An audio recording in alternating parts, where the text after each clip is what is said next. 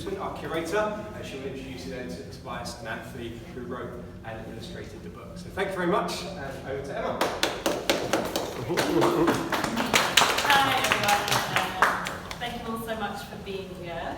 This is the first exhibition opening we've had since coronavirus happened, so I'm really grateful to be in a room with all of you and to welcome you all to the museum. It's really nice. So as Joe said, my name's Emma and I'm the curator at the museum. And I've written a few words about the book that we're celebrating tonight, Black, the new graphic novel, and the exhibition that I wanted to share with you. So it's been a pleasure and a privilege to work closely with Anthony and Tobias to create an exhibition about this powerful and important new graphic novel, which tells the story of the first 17 years of Tobias' life. And it's an extraordinary story. So it goes from his mother killing his uncle, leading to him going through a series of institutions throughout his early life. And it includes more than its fair share of struggle and frustration and unfairness.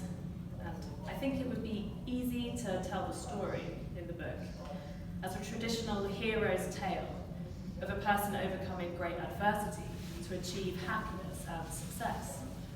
But to me, there is so much more to this book than that narrative.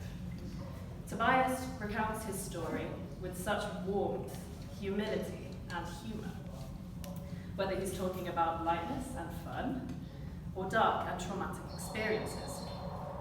When we were choosing artwork for the exhibition, Tobias looked at an image which is in the show, where he is a child in care, and they are doing a medical experiment on him, without telling him what it is or why they're doing it, and he's got all of these wires coming out of his head, and it looks really distressing.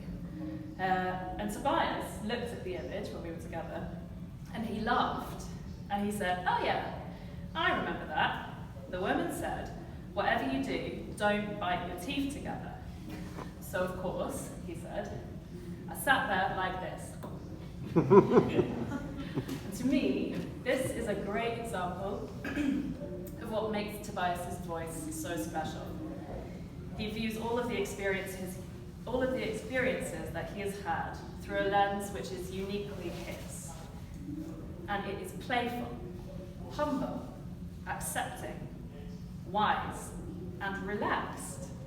He sees the good in everything, the little quirks, the humour, the bits in between, the little things, whether it's the words that people spoke to him, the way that he paid for the bus, the taste of food. And through these bits in between, Black welcomes us into the lived experience of Tobias's daily life. And in doing this, it offers us a unique snapshot of the social history of Britain at this time. Tobias's words are married with Anthony's striking black and white pen and ink drawings. He captures Tobias's journey from childhood to adulthood with such humanity and authenticity. You believe the aging process that you're seeing through the graphic novel, but you're also seeing the emotional journey, the innocence and joy, boredom, longing, cheekiness and flirtation, discomfort, rage, strength. While we were choosing artwork for the exhibition, we came across an early sketch in the exhibition of a young Tobias in a hospital bed, and his mother is next to the bed, and there is a prison guard next to his mother. And Tobias said, no, not that one, because the guard was a woman, not a man. We changed that later on, so it shouldn't include that. And in that statement, I could hear the process of making Black, of Anthony and Tobias working together to refine every detail to be true to Tobias's memory of how it really was. And I think that it is in this meticulous attention to detail and collaborative process which brings a powerful new layer of texture and reality to Black. Anthony inhabits the story with Tobias, and he takes readers with him. So I could go on for hours about why this book is so special, but I won't. I'm sure you're dying to hear from Anthony and Tobias themselves. But I'll just say a few thanks before I hand over. So first of all, thank you to Anthony and Tobias for working with me to make this exhibition, which I'm really proud of. Thank you to the team of volunteers and staff who worked tirelessly to build this exhibition, including about 5 minutes ago when Joe helped me bring a bed downstairs to install in the exhibition. Thank you to Joe again, and to Ollie, our chairman, if he's still there, and also to our whole board of trustees for their hard work, keeping our museum afloat over the past couple of years so that we can continue to share special stories like the one which is shared in this exhibition. I hope that you all enjoy the show tonight, and as Joe's already said, please buy a copy of the book in the shop, and it's my pleasure to hand over to Tobias.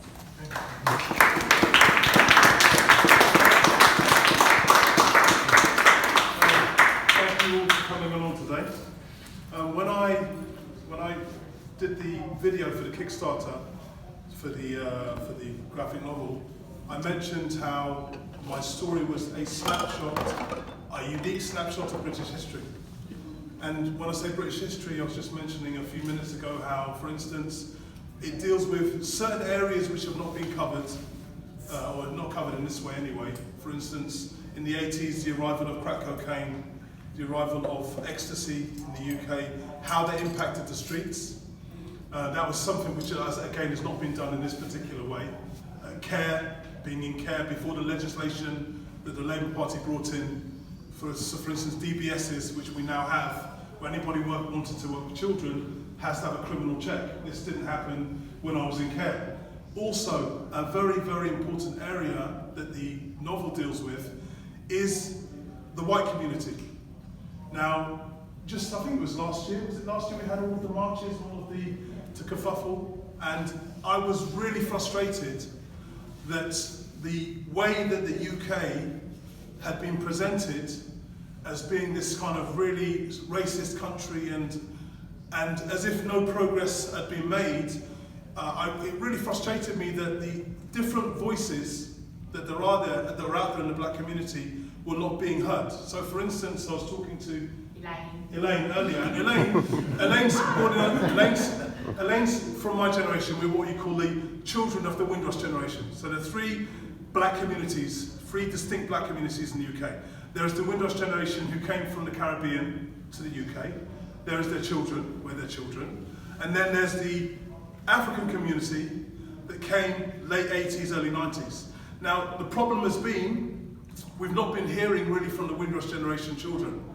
And one of the things that the book deals with, it really shows how much support I got from white people as I was growing up.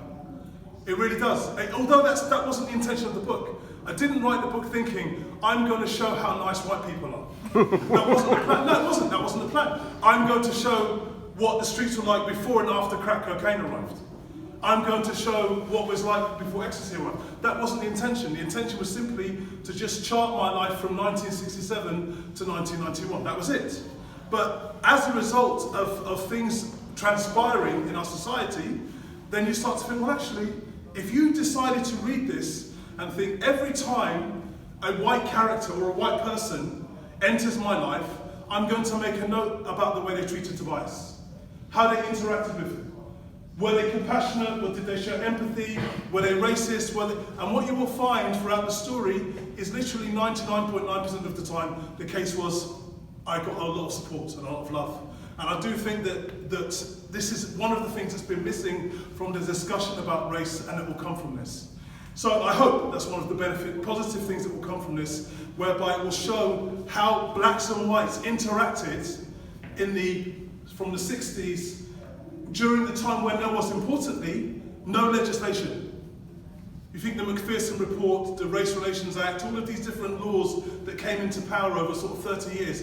Before all of that, when it wasn't illegal to be racist, when it was actually the done thing to do, you'll see how decent and how good most white British people were. That was my experience. I want to thank, as I say, the Cartoon Museum because you guys have done something really amazing by giving me this platform. I really am grateful. Tim from Soaring Penguin Press, you know, again, for seeing the project and seeing in the project what I see in the project. That's so important. Most importantly, my colleague, my collaborator, what can I say about Anthony?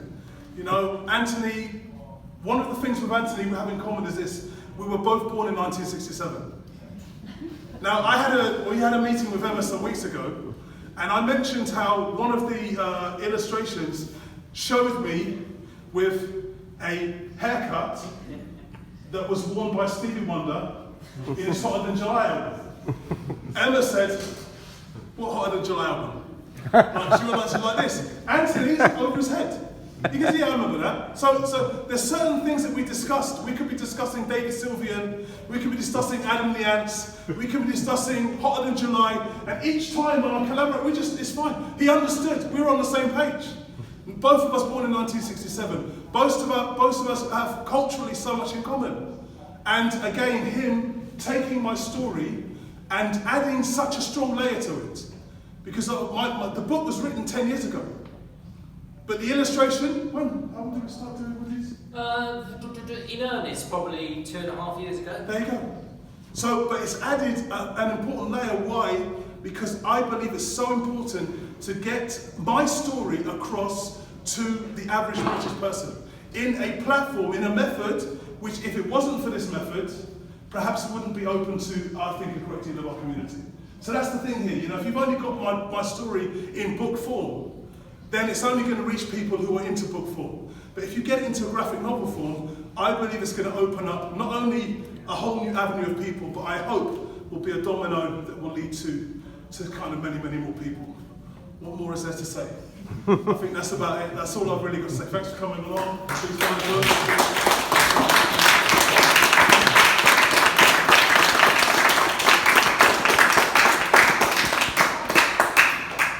I feel awkward now having to talk that. So actually, what I'll say is actually how I first met Tobias was actually because he self-published his own sort of memoirs, as it were, under a slightly different title, but I won't bother going into that right now. And I went, because it's very local to me, with your launch. It was actually, because I was living in Kew at the time, I'm still living in Kew. But anyway, it's just over the bridge in Chiswick, and it was, I think it was a Sunday or something. It was a day when, you know, there wasn't a lot on, and I saw this poster pinned on either a tree or a wall or something, saying there's this book launch thing, and I sort of just, I sort of thought, oh yeah, I'm going to wander over. Why not? You know, so I didn't really sort of, you know, I didn't know what to expect and didn't know what was going to be the outcome of this or whatever. And I went there, and it was a little hall just on the other side of the bridge in Chiswick, and it was really sparsely populated when I got there. I mean, you know, this looks like a football crowd. It was like, you know, there was a few chairs. I mean, I was probably there a little bit earlier. There was a few, you know, the chairs were empty basically. There was a few people, and people did trickle in anyway. And and Toby Young, whose politics I have to say I'm not 100% in agreement with, to say the least. But Toby Young was actually, to give him his dues, I think he'd read a preliminary copy, and he'd offered to speak at this launch of Tobias' self-published memoirs. And he said, Can I just interject? Self-published, but I was offered a deal by a publishing house, but the terms were awful. So basically, the terms weren't just awful, I was hamstrung. There were, you know, we hold on to your manuscript for 2.5 years, we give you 70 pence a copy. If we decide after 2.5 years to walk away from the deal, we can. So I was offered a deal, I walked away from the deal. Just wanted to make that point clear. Because sometimes when it's self-published, there's a kind of smell that kind of is associated with self-published works. But no, I'm a recognised author in the sense that it was good enough to be offered a deal. Continue. It wasn't a big book launch. And basically, Toby Young said something to me, I always remember this, right? He said, he sort of, you know, sat down, he very matter-of-factly, he said, you know, in my line of work, as for anyone who doesn't know here, back then I think he was probably just a journalist at The Spectator, but, you know, quite highfalutin journalist, as it were. So he said to me, he said, in my line, said to the audience, when you're in my line of work, one of the worst things that can happen is somebody sends you a book, you read the first page, and you think, oh, bloody hell, I've got to read the first chapter now. He said, even worse than that, what happens is, somebody sends you a book, you read the first chapter, you say, oh no, no, I've got to read the whole book. And basically, from that moment on, I thought, I'm going to get a copy of that. I'm going to get a copy of that at the end of this thing. And more people trickled in, and it was all, you know, it was all, there was further conversation, Tobias himself sort of spoke and so on and so forth. And I took it home, and I knew exactly what Toby Young had meant. Because essentially, you read the first page, you think, oh no, I've got to know what happens there, got to know it. I mean, this isn't just a page turner. This is really, you have to know. I can't, you know, it's one of those sort of compelling tales, and there's something about the dynamism or the fact that it's a true story that elevates it beyond sort of, you know, something anyone could make up. And it's equally as startling and entertaining as anything anyone could make up, if not more so, actually. So anyway, so I kind of sat on it for a long time, and I actually got in touch with Tobias, and we did some work on the graphics and the cover and so on and so forth. But I was also, you know, I was in touch with Tobias, and although Tobias was selling his book online and so on, I just thought, you know, this really needs to, we can do something with this. I don't know what quite yet. And the German, the idea was forming, and I was at the time, I was sort of practicing in different art styles, because actually I'm more of a cartoonist in the sense that my stuff was all, well, it still is like very, very jokey stuff.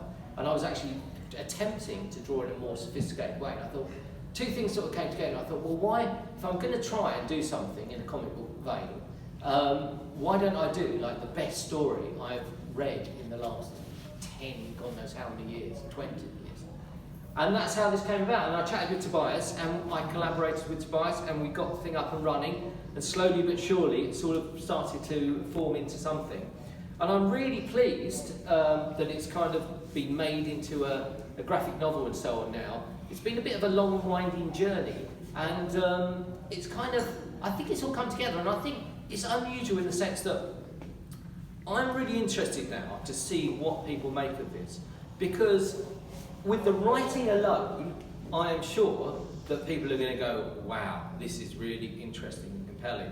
With the illustrations as well, as Tobias said, I think this could like broaden things out, so people who perhaps aren't avid readers, who aren't so, you know, don't readily pick up books, could pick up on it as well. So I've just got a feeling that we could have lit a fuse here, you know, and that basically it could, with the right sort of luck and all the rest of it that you need in this world, I think it could go somewhere, I really do. But I think it just needs to kind of, the word needs to be spread.